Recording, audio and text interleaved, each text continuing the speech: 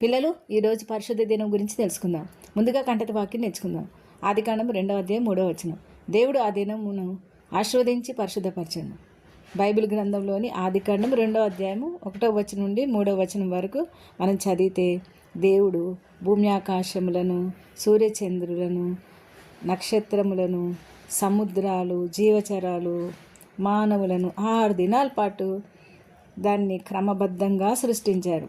ఆయన సృష్టించిన ప్రతిదీ మంచిది, పరిపూర్ణమైంది.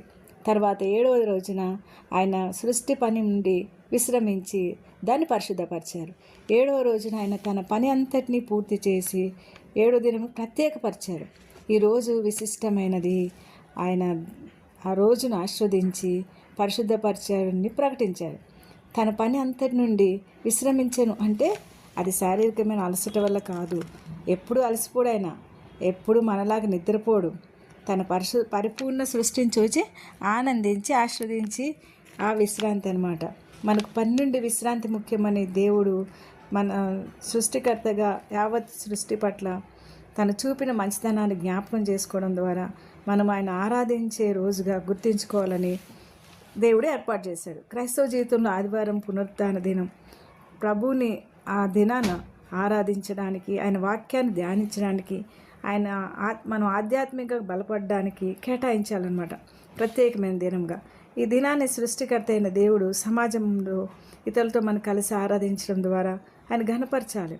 అంటే పాడటం, స్తుతించడం, ఆయన మాటలు ఆలకించడం, వాక్యాన్ని మనం పాటించడం ద్వారా దేవుని ఘనపరిచినట్లు. వ్యక్తిగతంగా దేవునికి మన జీవితాన్ని సమర్పించుకోవడం, ఆయనతో మాట్లాడడం, ఆయన మాటలు ఆలకించడం మన జీవితంలో ఆశీర్వాదానికి మూలమవుతుంది.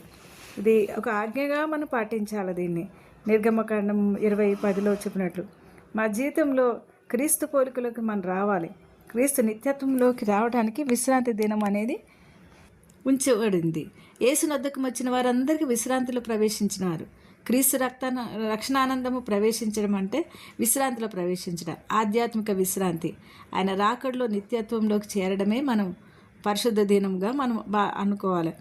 హెబ్రీ 4:9-10 దేవుని ప్రజలకు విశ్రాంతి నిలిచి ఉన్నది.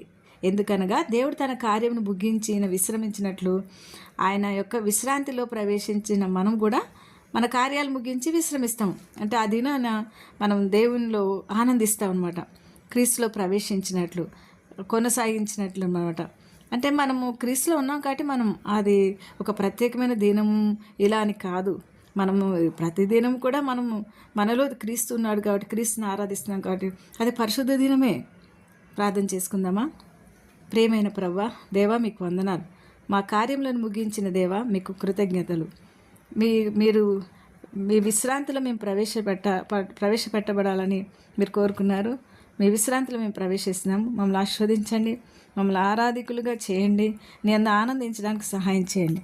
యేసు నామములో ప్రార్థిస్తున్నాం తండ్రి, ఆమేన్.